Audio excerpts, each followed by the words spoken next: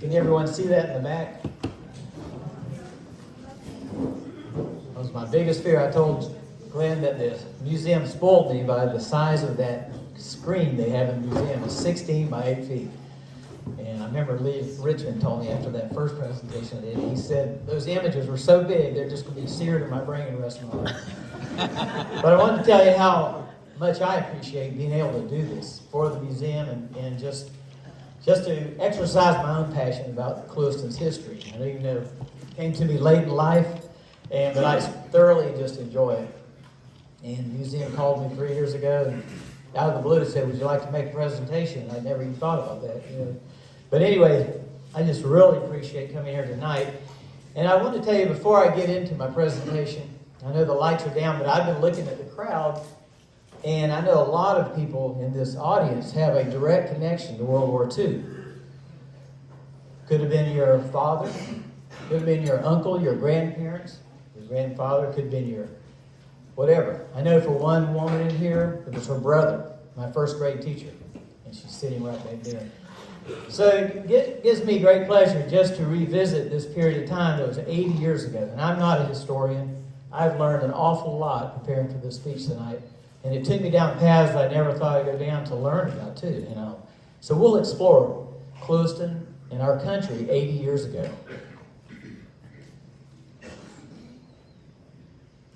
Go to the next. Uh-oh. It's not working. So to really start it off, I want to put a timeline in front of you just to frame the years we're talking about. Because it's been a long time since we all had high school history. And maybe you've read a few books, like I've only read a few, and we've learned a lot. But I want to revisit the years of the war years that we're talking about, because it's so long ago.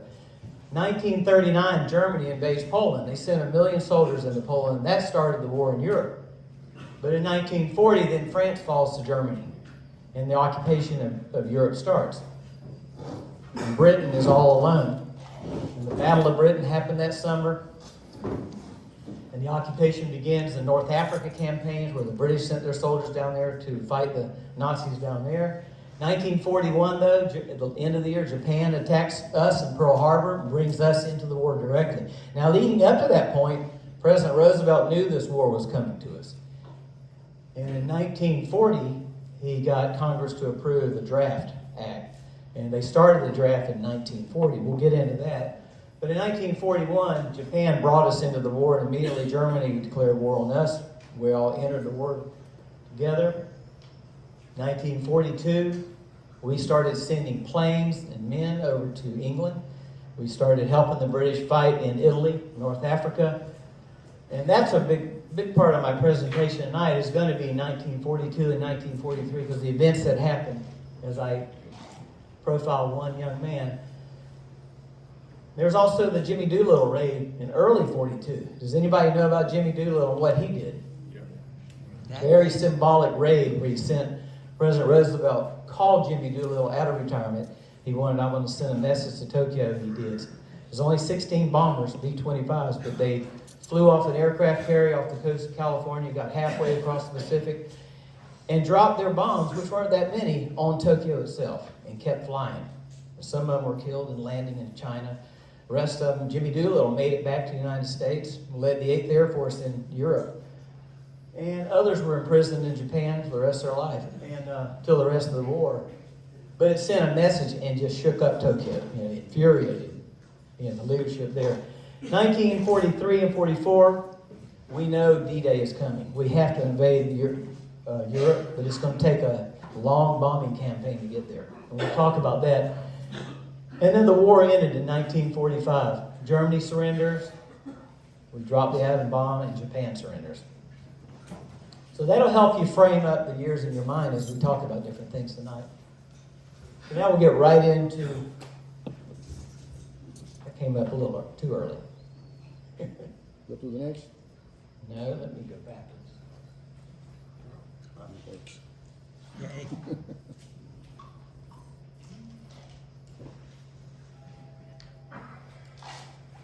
What do you want? Oh, using the wrong button. Here we go. Then the United States enters the war. I'm not used to this technology. So. And right away I told you about the draft started in 1940. And You'd see posters like this all over the There's place. nothing in your music. This little poster. You can't do a speech about World War II without having Uncle Sam in the room.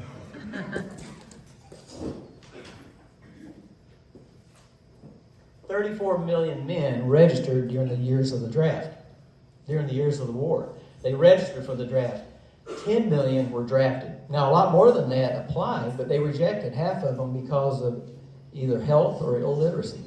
For those two reasons. That was surprising. But 10 million over the years of the war were drafted. Another 6 million enlisted. So in all, we had 16 million serving during the war years. Plus 350,000 women serving in the armed services. And we'll talk about that a little more too. Every one of those men, though, had to fill out a draft card. If they were 18 years old, that's when the draft first started. It was, I think it was years 21 to 45. Then over 1942 or 43, they lowered the draft age to 18. But here's Jimmy Nesbitt. Says he was 18 years old. And every man in the country had to do this. Fill out this card. And you can look them all up on Ancestry. You can find any one of these. But when I think about World War II, a lot of times if I talk to someone and ask them, did they serve, or you find out someone was in the Army or whatever, you immediately think they were in combat all the time, especially seeing all the movies. And most of the movies we've all seen are all about combat.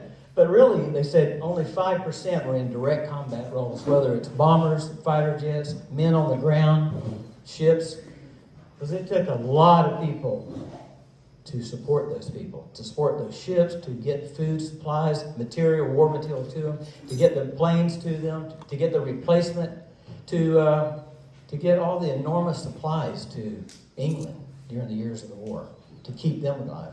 So that was pretty surprising. You know, you kind of think that, well, everyone that went in was holding a rifle, and they weren't. And thank God they weren't. And probably a lot of them are glad they weren't. You know, but women did not serve in direct combat. None of the Allied countries or even the Axis did that. Germany, I saw a video today. Germany actually did, towards the end, had women pilots, you know, in combat roles. But in America, women were not in direct combat roles, but they were in many other roles in support. They were in aircraft transport. You know, there were pilots that flew brand new B-17 bombers from the factories to wherever the Army needed them in the training bases around the United States during the war years. And a lot of them, of course, were nurses. We probably know about that. All in all, 432 died in the war, probably primarily in the South Pacific, and 88 taken prisoner. And you all know the name, the Women's Air Force Service pilots, which is the WASP, and the Women's Air Corps, which was the WACS. I know I had one of my dad's sisters was in the WACS, and met her husband in the Army Hospital in Washington, D.C. But immediately, America, President told manufacturers, collect them together, and men in the industry, told them what he needed, and the numbers he needed were staggering. And everything about this war is staggering. All the numbers, when you read about how many enlisted, how many served, how many were killed, and all the armaments it took to fight this war. He told them these numbers that they just couldn't believe. You know, the number of planes and ships we needed. I read we built over 300,000 airplanes during the war.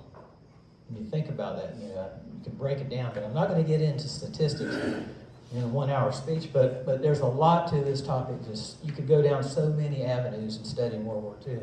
But this is Ford's Willow Run plant up in Detroit, where they built it in 41. And from 1942 on through 1945, none of the automakers made a single consumer car, not one. So if you had a car in 1941, that was the car you were going to be driving for 5 years. You weren't going to be trading it in to get another one. They stopped all auto production, no consumer trucks. Everything was geared towards the military, because they took the might of Ford's, automation, what do you call it, assembly line, and applied it to weapons of war. Here they made B-24 bombers in the Willow Run plant, which was a building 3,200 feet long. And by the time they got up to full volume, probably in 42 or 43, probably 43, completed B-24 bomber rolled off the end of that assembly line every 73 minutes. It's just crazy, the numbers. The B-17 bomber is a plane I'm going to talk about later, but they built over 12,700 of those. Ford didn't build them. The plane makers built those, but they farmed it out to several companies under license. They were all building these things. We needed them. We had to have them. they were being shot down. We had to get more into the theaters of war. They primarily served in Europe, but they used a lot of them in the South Pacific too. And I just found this picture yesterday. So what does that picture look like to you? Looks like the dark area in the middle looks like a housing area and streets and stuff like this. But during the war, especially the early parts of the war, we were afraid that we were going to be attacked. You know, we knew, especially the Japanese or the Germans actually had subs up and down the eastern coast of Florida. They were sinking ships until we put a stop to that. But the manufacturers out in Seattle where they were making airplanes were afraid that they were going to be bombed when they get their factories up and running. So what's covering this whole factory building right here is a tent-like material, a canvas-type material that looks like a town. And they just strung it up on poles and everything and covered the entire building. And they did that a lot you've read they probably did that a lot in England too, where they built fake towns, fake everything, to make the Germans think, you know, this is where the army was, this is where all their facilities were. They did that a lot over there. They even had blow-up tanks that they distribute in different places. And we'll touch on that whole idea when we talk about Clewiston a little bit, in a few minutes. So Germany and Japan had greatly underestimated America's massive economic abilities and our will to wage war. By 1943, we were greatly outproducing the Axis powers in terms of war material. And we were hard working to stop their ability to build war material, and we'll talk about that too. You started seeing these posters, we can do it. You know, trying to boost the morale of Americans, get them all in the game. You know, take the jobs, go. And thousands of women moved to all over the country. And I read about Mobile, Alabama, which really beefed up with manufacturing for the war. And a lot of women, I read one woman said, if you were getting out of high school and you didn't go into nursing, you moved to Mobile. And you took a job and you were in the factories working. These are all women crew. But you also had, like I told you a while ago, women that flew planes direct from the manufacturers to the army bases. Some of them flew them across the Atlantic Ocean to deliver them over there. And African Americans who had not been allowed in the army up to that point, eventually the army realized they needed them. And the Tuskegee Airmen is a real famous group. They have a bombardment group. They had fighter squadrons. They were highly decorated by the end of the war, and they were in England. Major campaigns, just briefly we'll talk about the major campaigns that went on in the war. The Battle of the Atlantic, the South Pacific, North Africa and Italy, and of course occupied Europe. And there's Winston Churchill. Remember I told you Britain was kind of all alone though until we entered the war with them. We were trying to help them, sending war material, food, ships, convoys going across the Atlantic. That's the Battle of the Atlantic.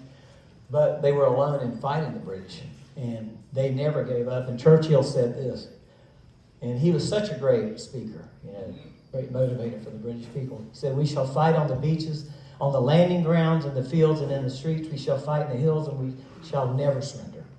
I can hear him saying that. But Clewiston then has to prepare for the war. Just like every town and every city in this country, we had to get into the war. We did. Everyone jumped in. Clewiston prepared for the war.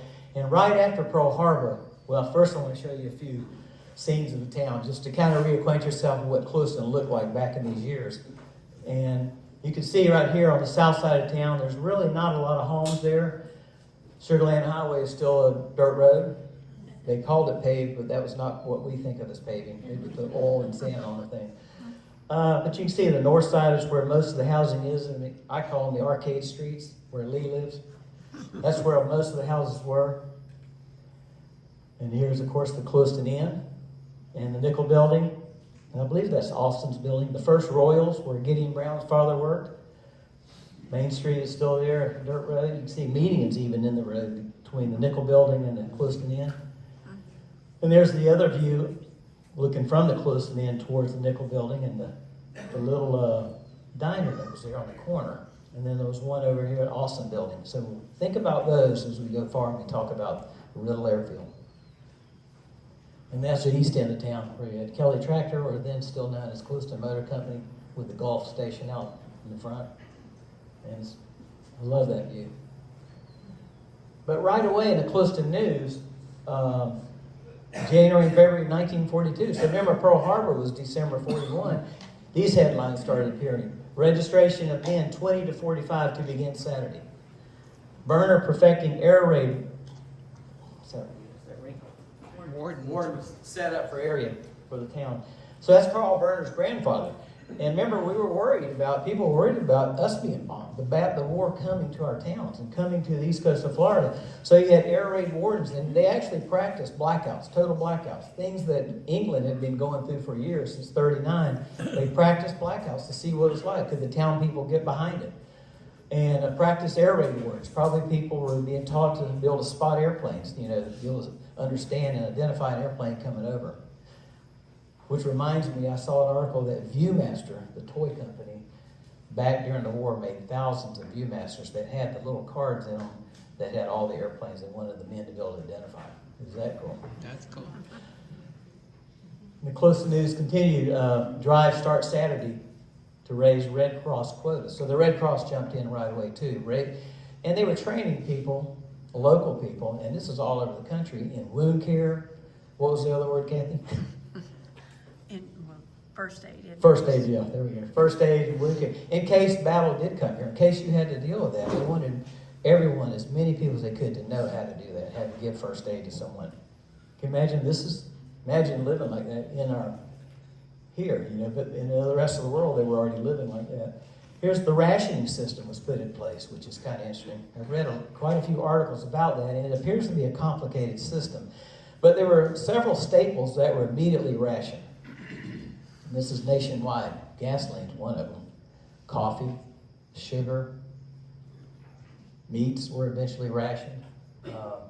And there are local people. Mrs. A.C. Carlson was put on the thing. All the people that were on these committees you would recognize right away, from the draft board to the ration board to the air raid boards and stuff like this.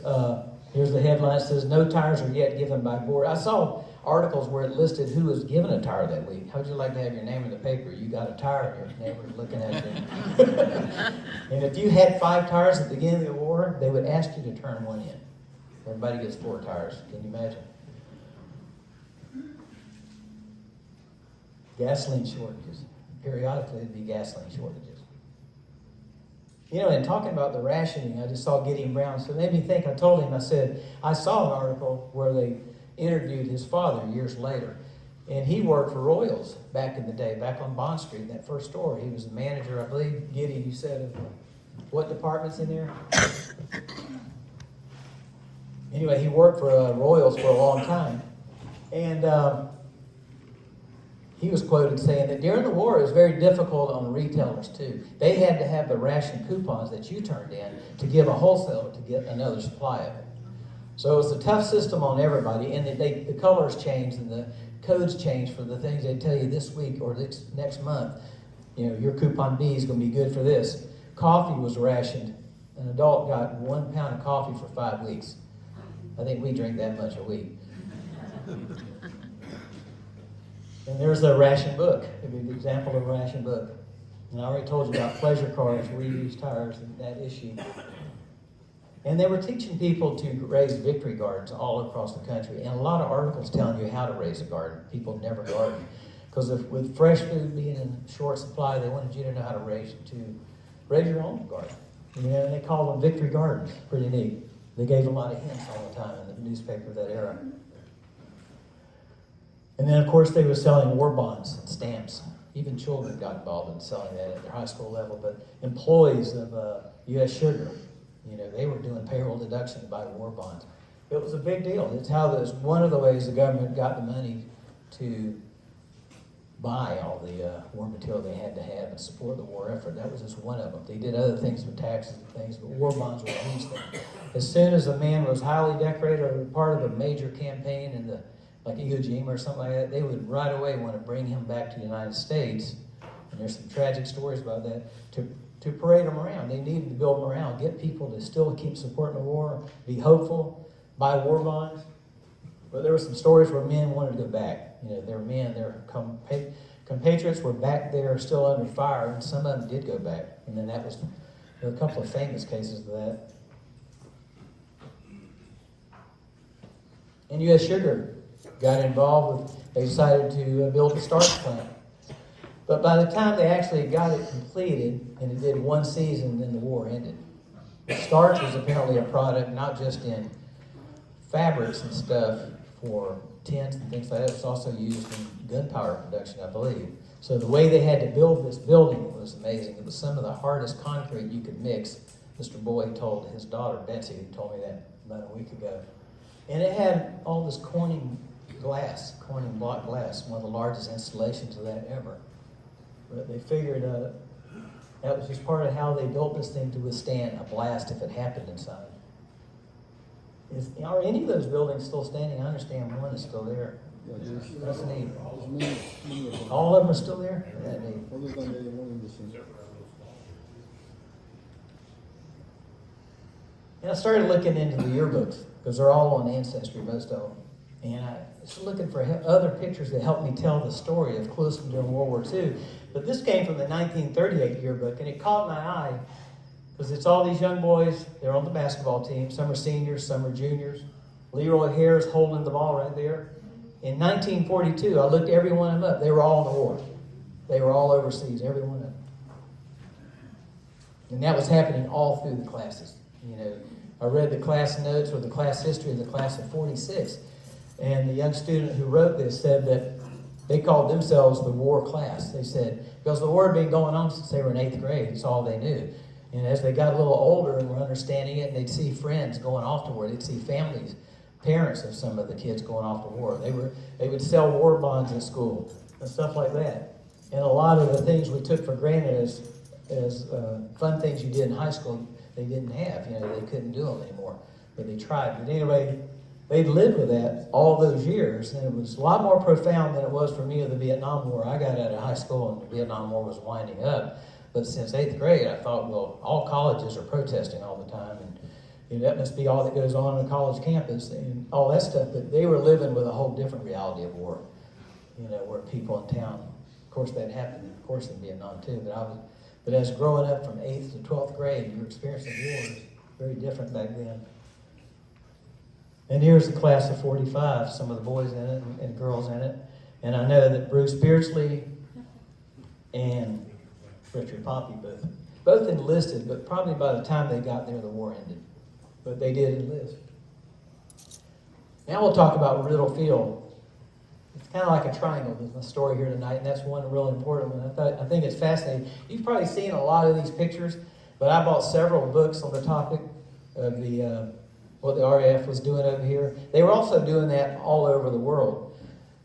Britain and its dominion countries, Canada and Australia and New Zealand and one other, they all had training bases in those countries. They all contributed to the cost because they needed to have their soldiers and their airmen into the battle. They had to train pilots. They couldn't train them in Europe. They couldn't train them in England because England was being bombed. You know, so they could not train their young men to fly over there, so they sent them to the United States. President Roosevelt agreed. They built in the United States 7 fields, I believe. And number 5 British Flying Training School was in Clewiston. John Paul Riddle picked out the site. I think we just drove past it getting out here. I know Carl's very familiar with that site. It's where Airblades is now, but back then they picked this field out of nowhere, and it had to be 4 square miles. Not the base part itself, but the land that was tied up in. And it was there from 1941 to 45. They broke ground in July of 41 and had the first cadets there in September, long before all the buildings were there. But they had to get them trained. They were in Arcadia, luckily. And over the years, they trained 1,879 cadets, British cadets that came through there, with 1,452 of them becoming pilots. And I think probably you've seen this picture. This is a picture of the completed airfield. You can see the planes down the bottom. That looks like the PT-17 Stearmans, I believe they're called. And they had exact specifications how the British wanted the bases to be built. And here they are. They would send their cadets to Canada, and then they came down, I don't know how many miles it is from Canada all the way to Clewiston.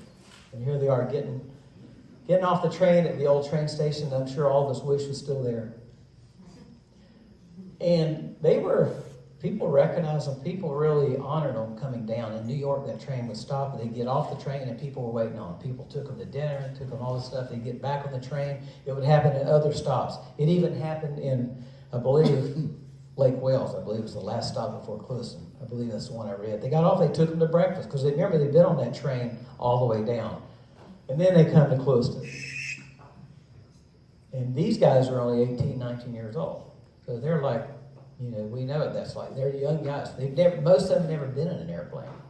They'd never been on a ship to get over here. They'd certainly been on trains. England's full of trains. But here, this was a long train ride. They said they'd never been on a train that long. And here they immediately go into training. They had ground school classes. Like my brother has his flying license. They had all the ground school they would need, all the different aspects of that, navigation, the instruments, everything. But then they were trained initially on their primary lessons on these old bi-wing planes that were primarily built in the 30s. But they were apparently very easy to fly. They loved those planes. Pilots did. And here's another picture of them. They call that approaching the flight line. But when they graduated, they later would go on to the AT-6, which was a well-known trainer used all over the world. And that's the much more powerful plane. And they learned, I think they also learned to practice gunnery with a plane like that, because many of them are going to be flying in the fast, I wouldn't call them Spitfires. I can't remember what the English called their various fighter planes. But they were eventually going to be flying those. They were going to be flying British Lancasters and Wellingtons. They were going to be bombing Germany. That was their whole goal, to get back and help their country. But there was always a big ceremony every time they graduated. And under the British program, they would graduate a class every 20 weeks. The American was every 24 weeks, but they went to the British standards. And here's some pictures I found at the museum, and I think they were contributed over the years by the cadets who came back for reunions. And it was labeled Happy Days. They loved those times. There were accidents. And there's one in Lake Okeechobee, it looks like.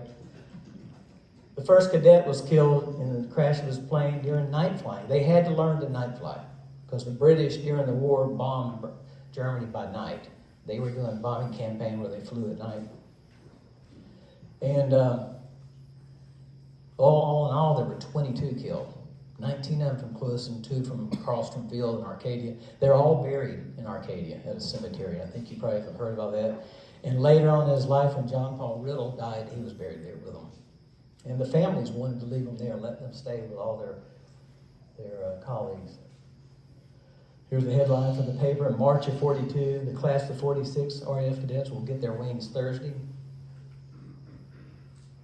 Now here's a picture. It could be the canteen or the mess hall, or it could be in town. But in reading all the reminiscing by the cadets in the books I've read, because they came back for reunions here, and quite a few people here have met them several times. And Molly told me about meeting them and going to England, even meet more of them. But they were so appreciative of their time here, the hospitality, the southern hospitality that we showed them, that Florida showed them, that America showed them. The food that was in ample supply, and they'd been in Britain, as young men since they were kids, since 1939, and rationing had been going on ever since. Blackouts, they've been living with that. And they come here, and food was in abundance. Ice cream had disappeared, bananas had disappeared in England until they get here, and they just couldn't believe you could have all the ice cream you wanted. They would go down to the ice cream shop, which is on the Nickel Building. And Mary Lois Lee told me that her parents used to get in the car and go down and park on Bond Street and just watch them coming in and out of the ice cream shop. They just loved it. And quite a few of them talked about that. And they had sports. They had a lot of activity time, when they weren't practicing everything, weekends especially. Our guys tried to teach them baseball. Of course, they tried to teach us cricket. I don't think it caught on. But, they were also on weekends. They would go to the beaches, They would go to Naples. They'd go to Fort Myers. They didn't have cars. They would have to find ways to get over there. And but there was a couple in Palm Beach, Mr. and Mrs. Nesmith, who were well known for inviting the British cadets over to their Palm Beach home anytime they wanted to come. She opened up her home to them to come stay for the weekend. She talked all her friends into opening their homes. She honored them with big parties at the Everglades Club, which is a real exclusive club in Palm Beach. So I looked into this couple to see who they were, and immediately after the war, they were honored by the British government with one of their honorary things. that they did for them. So I looked in to see who they were, and I saw their wedding announcement in 1928. And it said, Ira Nesmith of Clewiston. But we couldn't find any other evidence of him in Clewiston, but it said he was associated with a title company in Clewiston. So you remember the late 20s, there were a lot of title transactions going on in Clewiston. You know, the share company was one turning over to the other, and investors leaving the town site and all this stuff going on. So I don't know what his connection was to Clewiston, if he actually did live here or not, but his wife was Canadian. So she definitely had a strong connection to the British cadets and wanted to take care of them. I don't know that any other, but they opened their home continually through the war years. And there was just different stories I wanted to remind myself. You know, there was a time where one of the instructors was flying around and saw a plane down in what he knew was really shallow water, but it was a grassy field beyond the bounds of Riddle Airfield. And there's a pilot down there, one of their planes, and probably with their instructor. I can't remember that part, but and then he saw another cadet go flying around and land beside him. He thought it was an auxiliary field. Both of them, they had to dismantle those planes and haul them out by truck to get them out of that swamp they landed in. It was just, you know, you have shallow fields with just a little bit of water, and they thought it looked like a landing field. And in Moorhaven, there was an auxiliary field in Moorhaven. They would do their practice landings over there, apparently. And they were fascinated. I guess there were a lot of gators, a lot of baby gators on the property of that airfield, and they would capture them, bring them back to Riddle. And there was one accident where the guy actually survived falling out of his plane at 500 feet. Carl, that'd be pretty difficult, wouldn't it? Where's Carl? They said it was typically supposed to be a minimum 700 feet, and his propeller had gotten loose and banging around, and so he bailed out. And they think because of the wind and everything that was out there, it gave his parachute enough time to open up. And he landed, maybe injured his ankle a little bit, but he survived that. And then, of course, I told you about the ice cream and bananas. Of course, Riddle provided civilian jobs for a lot of people in Clewiston. You know, because they had to have, all of the officers that were there were RAF from Britain, but all of the instructors were American, and everyone working there was American. And Earl Marston, you remember, a lot of people remember Donna Marston. Her father and his wife came from California. He was not from California, but the Army Air Corps sent him there to be an instructor. And then he spent the rest of his life here. Harvey Pridgeon, Glenn's father, was an aircraft mechanic. They needed quite a few ground crew out there. He was an aircraft mechanic, and there's a good picture Glenn gave me. Gordon Dayton, who's an uncle of mine, a great uncle of mine, that's him with the pipe, standing up. He was part of the ground crew. And this is a picture from a book I have. It shows all the instructors, and what caught my eye was this guy here, Lou Place, which is him. So I'd seen that name before, Lou Emerson Place, and I looked him up in all my files I've collected since doing this hobby. And he married June Hooker, who was a class of 1942, Elbert Hooker's sister, and Gary Hooker's aunt. So I recognize that name. I try to put people together, figure out who they are, and I recognize the name. He went off to, after the war, became the Eastern Airlines pilot in Miami, like a lot of these men did. Eastern Airlines wanted these men when this war ended. This is another picture of instructors at a reunion, though, and the tall man behind the woman on the right is a friend of mine in West Palm's uncle. He had told me his uncle was an instructor over here, and he's mentioned in the book. So this brings up the idea of reunions. They came back many times, and people in the museum and other people in town have told me about the reunions that the British, that the cadets that went through Riddle started engaging in. The first one, I think, was in the 70s, and then in the 90s and early 2000s, they probably had their last one. But they came back many times. But as their numbers dwindled, it probably has ended. But they came back many times, and a lot of the instructors would come back to share time with them, too. When the war ended, the last class was allowed to finish, but then the war ended and they shut Riddle down. This is John Cockrell, who his nephew, Randy Cockrell, lives here in town. I think Chipper Edwards told me he knew him. And he was the lead instructor at the primary phase. And the young woman on the right, third from the left, is Lois Heflin, Lois Blunt. And when I started my project to study for this presentation, Several people told me, you need to talk to Lois Blunt. She worked at Riddle, and she's still alive. She worked out there, but I was a couple of years too late. Her sons told me she's still in the nursing home, but she can't see. I wouldn't be able to put photos in front of her and her memories, so she wouldn't be able to. They didn't think so. I didn't want to push it, but I wished I had 5 years ago talked to Lois Blunt just to get a first person. But there's other people who their parents worked out there too. Artis Hall told me her mother, Artis Bolton, worked out there. Artis Bolton Hall, and that she would pay 10 cents a day to get on that bus and would take her to work at Riddle. And I read about that bus service. The bus went several times a day to Riddle and then to Moorhaven, then back to Riddle and back to Clewiston, back and forth. Because you had a lot of people out there. And you had a lot of townspeople. And you had guys wanting to get into town. And these are just some other, I believe, cadets that were there. But they were just out. And she's mentioned in one of the books I bought about, the young girls would date. She was a Moorhaven graduate, high school graduate. And they would date, sometimes go out with the cadets. But the British cadets had no money at all. And Americans, as opposed to the soldiers in England, had a lot of money, but even the British over there had no money. So we'll talk about that a little bit later. But the Riddle instructors, there's an article taking over the pool room. That was the pool room in the Goff building, which is one of the two old buildings down on the end of town on the south side, still standing. It talks about the new bus field to Riddle Field starting up Tuesday. And there were socials. U.S. Sugar put on a dance with every graduation. So every time a class graduated, they put on a dance for them at the Sugar Land Auditorium. It probably was a well-attended event. I'm sure the town got involved. So there was a lot of interaction between the cadets and the town. That a lot of people invited them into their homes, Sunday dinners, just a lot of interaction. They just really felt a lot of affection for these they were young guys, totally young. And they also knew where they were headed back, directly into the war. And here they were leaving. They get back on that train and head back.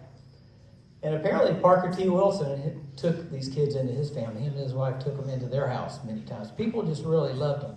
And he wrote this poem. Said he stood there talking to us as he waited for the train. He was leaving us forever and would never come again. He was going home to England to protect his native land. He was leaving friends behind him who had offered him a hand. But he knew our hearts went with him, and his youthful eyes were wet. And we never shall forget him, our little RAF cadet. And that was Parker Wilson.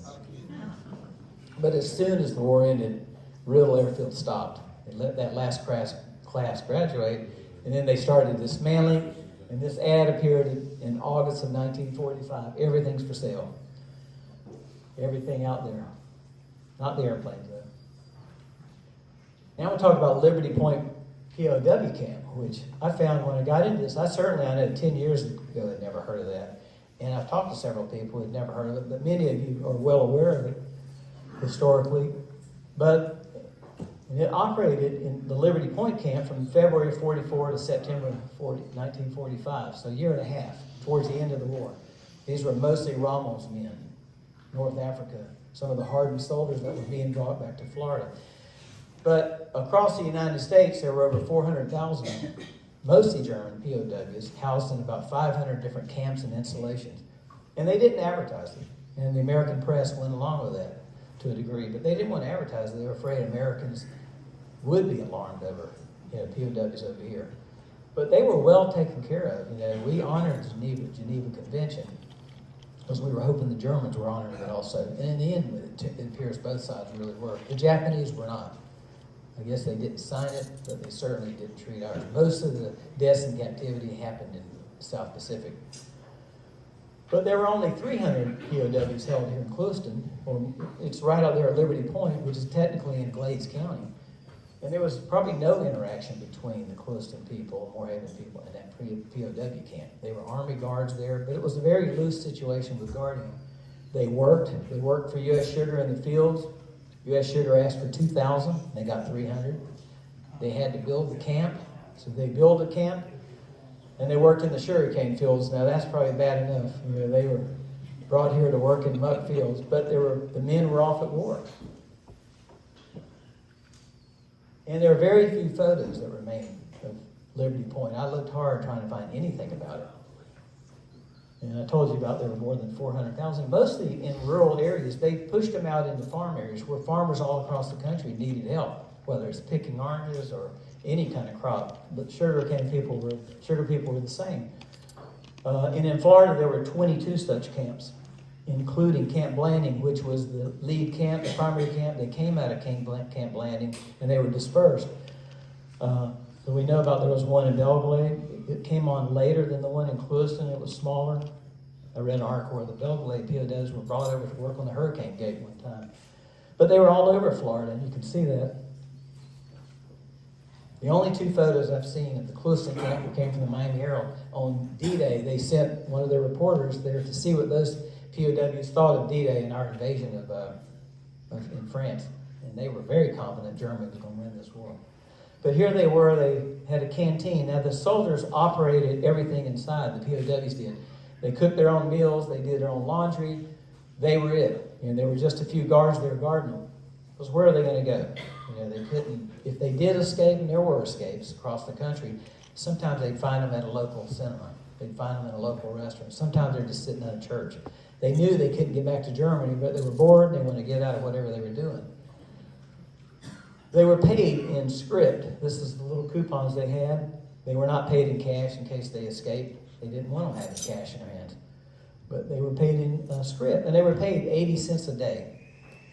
And with that, they could buy candy, they could buy a beer, they could buy cigarettes, they could save up their money and buy musical instruments, which some of them did. Some of them would have bands in their POW camp. No one knew how long they were going to be in a POW camp, not over here or over there. And here's the other picture. Here they are coming back from a work in the fields. Or maybe they were going because they're smiling. And this article on the left actually appeared in 1944, early 44. And it's just announcing there was going to be the labor camp there, the POW camp there. But on the right, you see a Nazi war prisoner escaped, found dead. He was found dead near Moorhaven. And so I looked him up. I read the story about Carl Behrens. And he's a young German kid who was in a paramilitary outfit when he was only like 17, 18 years old, working in an aircraft repair facility. And then in the spring of 44, they tell his group, you're now activated, get to Normandy. And they got him to the Normandy area. The D-Day invasion was June 6th. July 19th, he was a prisoner. And 6 weeks later, he's in Clewiston, Florida. And he worked in the fields for about 6 months and I guess just got despondent and escaped and hung himself. So he's one of the few deaths that happened. But I thought that was an interesting little story about him, just a young kid. And the other thing, I took a picture of it because I didn't know if Alan was going to bring it, but Alan Hammock's farm, I called Alan, and probably a few of you know about this, but I knew your farm has to be close to Liberty Point. And I said, have you ever seen anything out there about the camp? Because the camp doesn't exist. There's nothing. I think it's even being farmed, right? Every piece of that land, Alan? Yeah. But he said in piles of wood that were always on his farm. He said people back in those days, if they tore a shed apart, they didn't throw the wood away. They just stacked it up. And this wood was stacked up for a long time. And he one day turned over this piece of wood. And it's right here. Oh, here it is. I like to touch the real one. So, How do you do that? So he brought it with him, but I had a picture of it anyway. But I looked up the words on the top, Küchen, P-E-R-S, and that stands for kitchen in German. And here in English, they put the words under it. So it probably was a sign going into the kitchen or the mess hall. And that's probably, I don't know, is that the only artifact that exists? I don't know. It could be. Because everything else is gone from Liberty Point. But I thought it was pretty neat that he's got that there.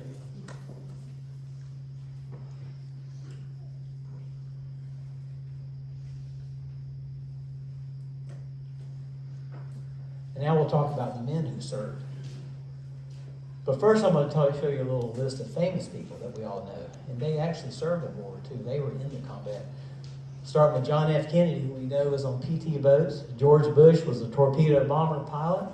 Jimmy Stewart was a B-24 pilot. Stayed there the entire war. Got his 25 or 30 missions before he came back. And then he went into the reserves when he came back. And he was already famous then. He wasn't somebody like John F. Kennedy that became well known after the war. This was an actor that went in. Clark Gable, the famous actor, his wife died, and he was well known. I can't remember her name. Carol Lombard, I think, might have been it. She died, and he was so despondent, he just went and signed up. Said, take me in. And of course, the military wanted to use him. You know, here you've got a famous actor. He helped them make movies over there. They wanted to make films and stuff to ship back, but he actually flew on about 5 or 6 missions with B-17s out of England. You know, he wanted to be one of the regular guys. And they said that when they would go into the pubs at night in the little English villages, he would sit over in the corner. He didn't want to, you know, everybody fawning over him because they would recognize him. You know, the people would recognize him. And he would try to stay away from all that. He just wanted to do his part. Kurt Vonnegut, the author, he was in the army and he was captured. The Germans held him in a slaughterhouse, a meat thing. And it was in Dresden, and Dresden was bombed. And he survived that bombing in this meat locker, but that became the theme for his novel, Slaughterhouse 5, a little famous novel he wrote. Mel Brooks, I love Mel Brooks, combat engineer. Charles Bronson, the original tough guy, B-29 tail gunner. That's where they put the tough guys. But in Clewiston, I compiled this list, and this will never be all of them. I can't, it's all I identified. But there'll be others. There'll be men who maybe had only been in Clewiston a little while and went in the Army, never came back here. Just all kind of, but I compiled these lists, and I'll talk about a few of them as it scrolls by. But the 3 Aiken brothers, Paul Aiken was Jerry Aiken's father. All 3 of them were in. One of them was at Pearl Harbor when it happened. Jerry Anderson is Scott Anderson's father. And his brother sent a nice story about what it was like for him. Hookie Avant, the Beardsley brothers, Sandy Bell was in the Army. James Bennett, who I remember, Ralph Bishop. Lewis Blunt was in the Navy. Bill Bowden. Now, some of these men might have gone in 44, and by the time they went through all their training, it ended. But they went in. You know, so I don't know all of them, you know, their service, what happened to them. I just know they went in. They didn't just, and John Boy, I talked to Betsy just the other day, but I already knew from his obituary, Mr. Boy was a commander of 3 different Navy ships in the South Pacific during the war. But he said he never saw active combat. He was always one island behind, he said. And there were thousands of American ships in the South Pacific. He was on a sub-chaser, which was, he said, a really fun ship to be on. He was stationed here for a long time, then finally went to the South Pacific. But he then moved up to a destroyer escort, and he was the commander of all these ships. And you can see Mr. Boyd being the commander, you know, calm, and he's definitely got things under control. And he met Nancy in Miami when he was on leave there. And when the war was over, she wanted to stay in Miami. Well, then he saw Clewiston over here, and there was a job advertised in the starch plant, and that's how they came to Clewiston. It was the starch plant, and then he stayed. Other people, Roy Collins. Now, I believe Donald Williams, that was in your family, right? That's correct. John Corbin, who I'm going to talk about later. I'm going to profile 2 men. John Corbin, I'm going to talk about. And other names. Raymond Christian. My uncle, W. Davidson. He was in the Army in combat engineering. 3rd wave at D-Day. Never talked about it his whole life. Uh-oh. Keep going backwards.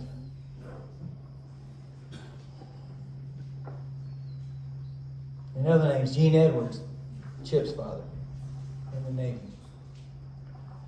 Al Fuller in the Army. Wilbur Goff. Robert Hammond, Navy Merchant Marine. Evelyn Hare and Leroy Hare both went into the service. And Leroy was an Army Air Corps B-17 gunner, 25 missions. When you did your 25 missions, and then later that number got moved to 30, but when you did that number, you got to come home. You weren't out of the service, but you got to leave, like probably 30 days leave. You were done combat. And then the Army would tell you where you're going next to help to serve with the effort, but not in war, not in the direct combat. Claude Hawkins, I'm going to talk about him later. I'm going to profile 2 men, and he's my second one. Albert Hooker, John Hooker's brother, Hank Keachel, who was the Hank in Hank's bar, Hank's pool room. He was one of 6 Keachel brothers from Chicago. They weren't from Clewiston. that all were in the service, all six of them. All six of them came home. I had to research that when I wondered who Hank was, that owned that bar. But a lot of names. Sam Lang in the Army, we all remember. Cletus Mann. Dr. McCombel was in the Army. Nigel Miller in the Navy. Campbell Nall, Beater Nall. Gaynham Rackstraw in the Army. Sam Ridge. Rabbit Roberts. Red Rowland. Dr. Shoup. But you had never heard these men talk about that time, And I think it's because we all know that to them, to a man, the heroes were the guys that didn't come back. It wasn't them. And to talk to you about it, if you weren't there, that'd be very difficult for them to think that you could understand, but when they talked to each other, they understood. And I think we all understand that. Abner Van. And then we start seeing articles in the Clewiston News during the war years. This is Wilbur Geehee giving 2 citations, and that would a lot of times make the news. Hub Spooner was the first casualty in the invasion. It was one of the first casualties. It means he was injured because he did come home. And Carol Reddish, who was highly decorated with something that happened on him, was a comrade after a Navy plane crashed in the Pacific, January 1st, 1943. He was instrumental in that recovery of that young man. And Sergeant Leroy Hare, when he finished his 25 missions, I believe it is, on a B-17 Flying Fortress, he came home, and immediately the Kiwanis Club wanted him to be a speaker. And he gave a great presentation on what it was like to be flying a mission in that bomber. And I thought that was neat. And and then Gaynham Rackstraw, this is a pretty well-known picture, I think, in Clewiston. That's him marrying a young English woman that he met while he was there for training for D-Day. Do you know there were 45,000 British brides like that? Because the Americans were over there, thousands of them, preparing for D-Day, for that whole event to take place. The airmen were already there. They'd been there since 42. And like I said, they had money to be able to go out on dates. They were flashy, and they were dressed well. There's all these things I saw that, the British pilots and the British citizens, young men, weren't too happy about it, but they were here. And they were glad they were there. They were going to turn the tide of this war.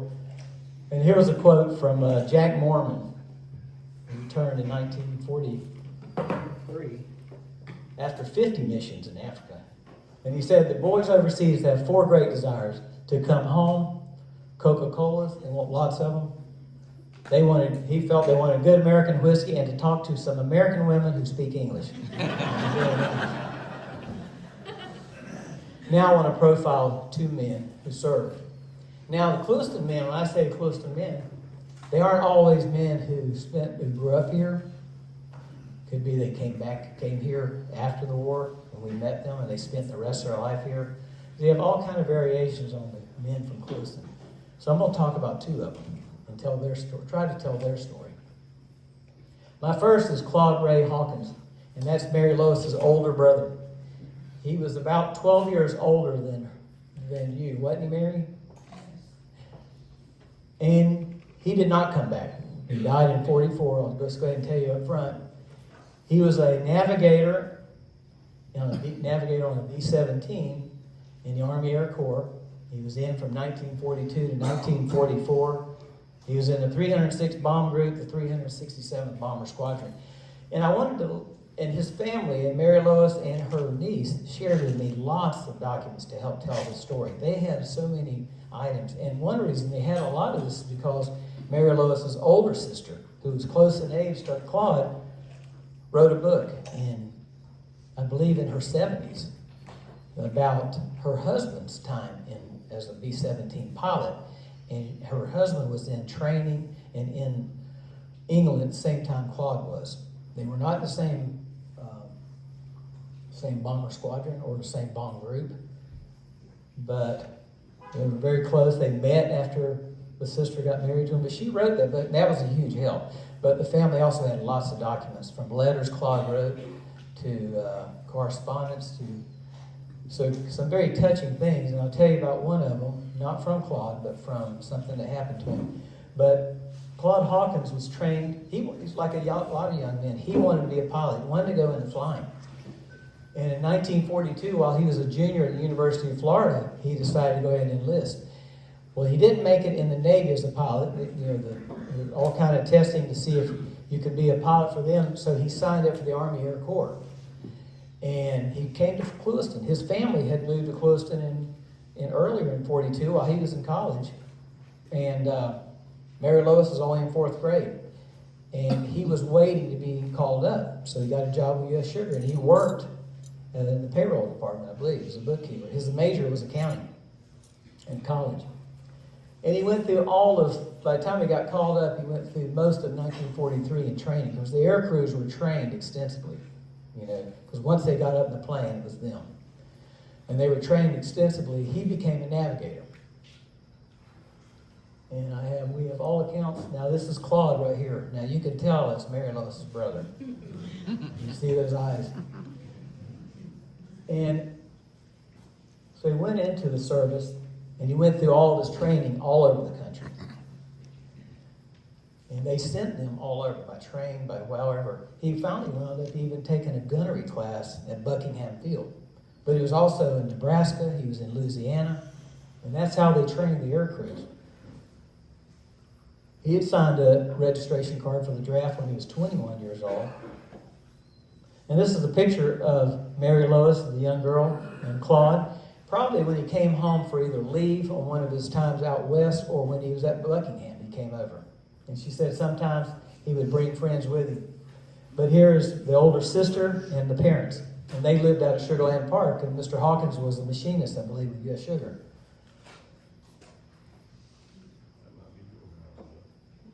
And when they assembled a B-17 crew, 10 men, and 4 officers, he's one of the 4 officers. He was the navigator, and there's the bombardier, and the pilot, and the co-pilot, and 6 enlisted men. And by the time they were in Kearney, Nebraska, is where he was, they form up their 10-man crew. They put these people together. Then they go through combat training together for months. And they're matched up with a brand new B-17. And then the day comes when they're told they're going to England. And that's where they're assembling the 8th Air Force. They're sending planes constantly there. And they give them a plane, and of course these guys think that's going to be our plane. And many times it turned out not to be, because what they would do is they're delivering a brand new plane, and an older crew, or a crew that's been there a while, they're going to get that plane. But they didn't actually fly this one over. They got on a giant cruise ship where they were sending many soldiers at one time. So they went over, and then their planes were taken over separately. And I've seen lots of pictures like this where the men were very proud, and they were very close, and they wanted to have their pictures taken with these planes. And you saw the nose art on it. So a picture of a painting of a girl, our baby, all of them were that. They affectionately named their planes. And this is not Claude, but this is the picture of what the B-17 navigator did. His job was to get the pilot to the target and then get the pilot home, to get that plane home, to chart that course. Because you can be all over the place by the time a mission's run. And they would run missions where sometimes there were 1,000 bombers in a mission. That'd be a 12 to 15-mile bomber stream, they call it, coming over, and eventually getting closer and closer to Berlin. By the time Claude was on his 7th mission, they were bombing Berlin regularly. And the Germans were fighting back hard. They were trying to defend their capital. They'd pretty much been blown out in a lot of other areas of France especially, but we were taking the battle to them. We were taking the battle to them because we're trying to clear the skies of the Germans so that when we do invade on D-Day, which is June 6th of 44, there wouldn't be any Luftwaffe to fire back at us. And that was what his plane was doing. They were on a mission where in his bomb group there were 100 planes, but there were a lot more in the whole stream going over. But of the 100, 36 didn't come back. That gives you an example of the loss ratio for B-17 air crewmen. And by 1943, an air crewman only had a 20% chance of completing his 25 missions. And that meant he was either shot down, killed in action, or in a POW camp, which there were about 30-something thousand air crewmen in POW camps at the end of the war that Germany was holding. And just to show you a B-17, because this is one of the most famous planes from the war, it wasn't the fastest, didn't hold the biggest bomb load, but it captured America's affection for a bomber. It was like it was, it's what you think of as a bomber. It was called a heavy bomber at that time, and it's, but that's the technology of the time. It had 1,200 horsepower engines. It carried up to 6,000 pounds of bombs, and it had a 10-man crew. And this shows you where they were in the plane. The navigator sat right here. So he sits behind the bombardier. And if they get into combat in the air, they both can grab a gun that's mounted in the front. This is a plexiglass bubble, though, that's in the front of that plane. And the bombardier, he's got a front row seat of the entire mission. And effectively, actually, when the closer they get to their target, whatever that target is, he takes over flying and then drops the bombs. And then the pilot takes over. He takes control of the autopilot. But you can see the rest of them. You can see a tail gunner in the very back. You can see 2 waist gunners in the middle behind the wings, 2 of them, 1 on each side. There's a top gunner up at the top, and then there's the engineer, sits right here behind the navigator. But on the bottom is the ball turret gunner, a very precarious position to be in, just as bad as the tail gunner, very exposed. But their job, they were bristling with guns. They had a lot of guns. But what the B-17 really needed was fighter escorts, and they didn't have them for a big part of the war. Because the fighters couldn't go all the way to Germany, all the way deep into Germany. These missions sometimes were 6 to 10 hours round trip. And the fighters, there's no way they had the range to do that. The P-51, though, turned the game around. But by then, we had damaged a lot of Germany. But the P-51 came out, I believe, in late 43 or 44, but it was the plane they needed. Very fast plane, and it didn't just fly escort for the bombers. It went after targets. And that was interesting. It was going down looking for targets to strafe. And this is kind of some pictures of what it looked like to be up in the air. The bombers, reading about Claude, took me down the path of trying to understand what was he a member of and what was he doing. And he was only on his 7th mission when he died. And this is what they were trying to do. They're flying at 22,000 to 30,000 feet in the air. It's extremely cold at that temperature, and a lot of problems caused by that temperature. And the plane almost wasn't designed for that, but that was the conditions. They had to fly way above the clouds, and apparently European weather is atrocious. There's a lot of times where you can't see your target. You got to come down, but the Germans were waiting on you, whether it's anti-aircraft fire or whatever. There's another view. And I've seen, you can look up the intelligence reports on the mission he was on. The plane didn't come back is all they knew initially. And there were other reports, when they do the debriefing, others said they saw that plane fall back and try to catch up.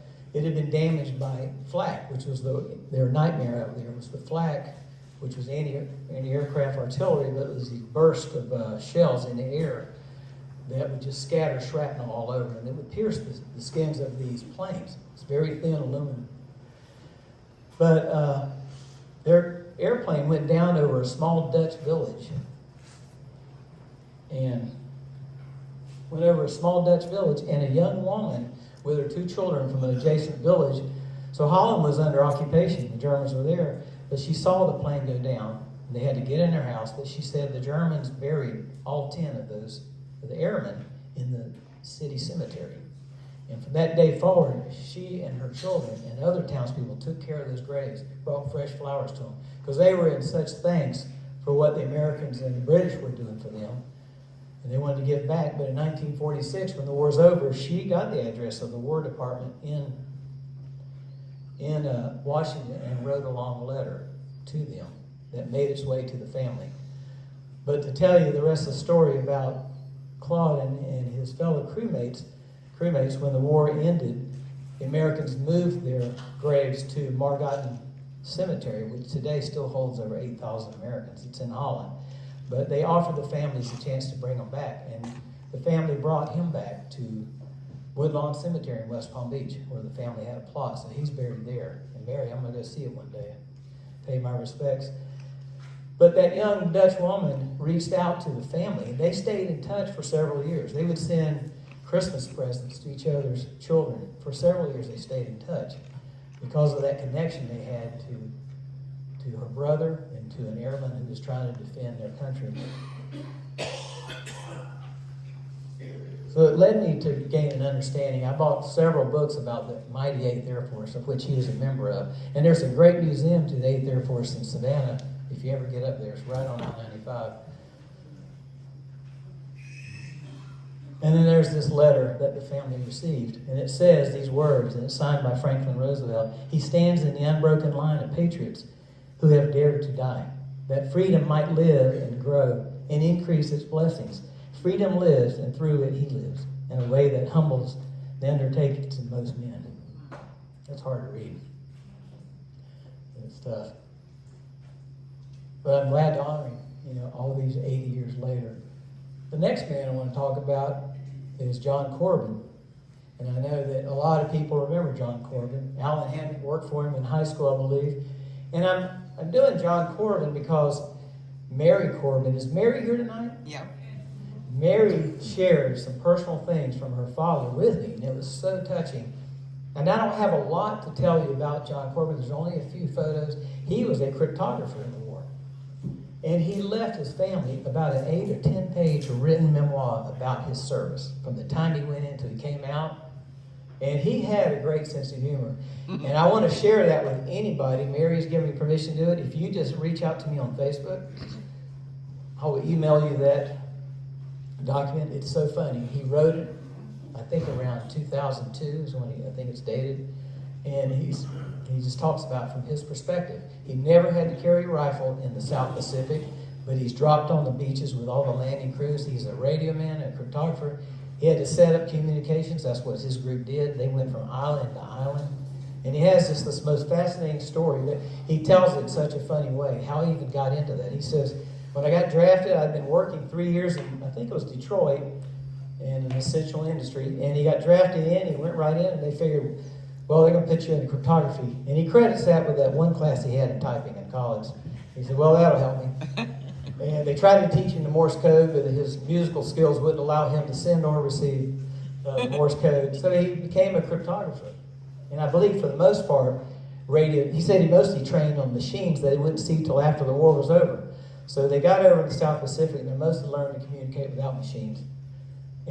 But they had an important job to keep the generals and the staff back that are directing the campaigns in touch with what's going on the islands, and also tracking Allied planes going, from island to island.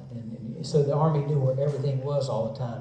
But the real interesting thing about him is he was. Here's the picture of him as a young man. It's the only picture I believe they said they had at his radio. This is probably on the ship, it looks like. Or it could be in a tent. It's hard to tell. But he was interviewed by a couple of Clewiston High School kids in probably the late 90s, maybe early 2000s.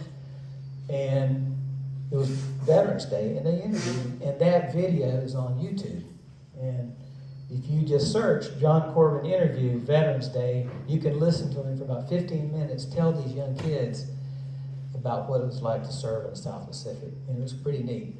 But one thing he talked about in his written paper, and he talks about in here, is he was one of the first Americans. There was just a small group of Americans that right when the Japanese surrendered, they put these radio men and cryptographers on the island in Tokyo, in Japan. They were some of the first ones there. Well, the Japanese that they met thought they were important people. He said, we were all just, weren't even officers. He said, but they treated us so well, but we got to see, and the people were so glad the war was over, he said. But we would go into shops, and there'd be hardly anything in there. We don't know if they were afraid we were going to loot or what, or they had their good stuff in the back. But he said they just were so nice. And this one kind of wealthy, they thought, businessman approached them and took them to his home, had some great dinners, took them to other places. They were too late getting back to the base that night, so he put them up in his own home, I believe. But he wound up staying there, I think, another 8 months in Japan after the war. He was in the service for 2 full years before he finally got to come. He thought when the war ended, he was going to be on the plane the first ride back. It took 6 months to get a ride back to the United States before they let him all back. Because you remember, the United States is going from an invasion footing to now it's over. Now what do we do? So interesting. But in 1945, the end of the war comes to a halt. Franklin Delano Roosevelt, who led our country through 4 terms of office, died in April of 1945, and Truman took over. And right away, Truman has to be told about the secret weapon that they've been working on since 42, the atom bomb. He knew nothing about it until then. He had to make the decision. But to continue with these events, Germany surrendered, so the European theater war is over, May 8th. We dropped the bomb in early August, and Japan finally surrenders, and the war is over. So all these years of fighting come to a halt. And there's that famous picture, which was recreated years later. I saw that. And then in the end, you ask this question, how did the Allies win the war? And it's through the many, many sacrifices made by men and women who served and by those at home who were willing to endure and contribute so much. That's my quote. But Winston Churchill, I just love his speeches. He says, never in the field of human conflict has so much been owed by so many to so few. And he said that in 1940 after the Battle of Britain.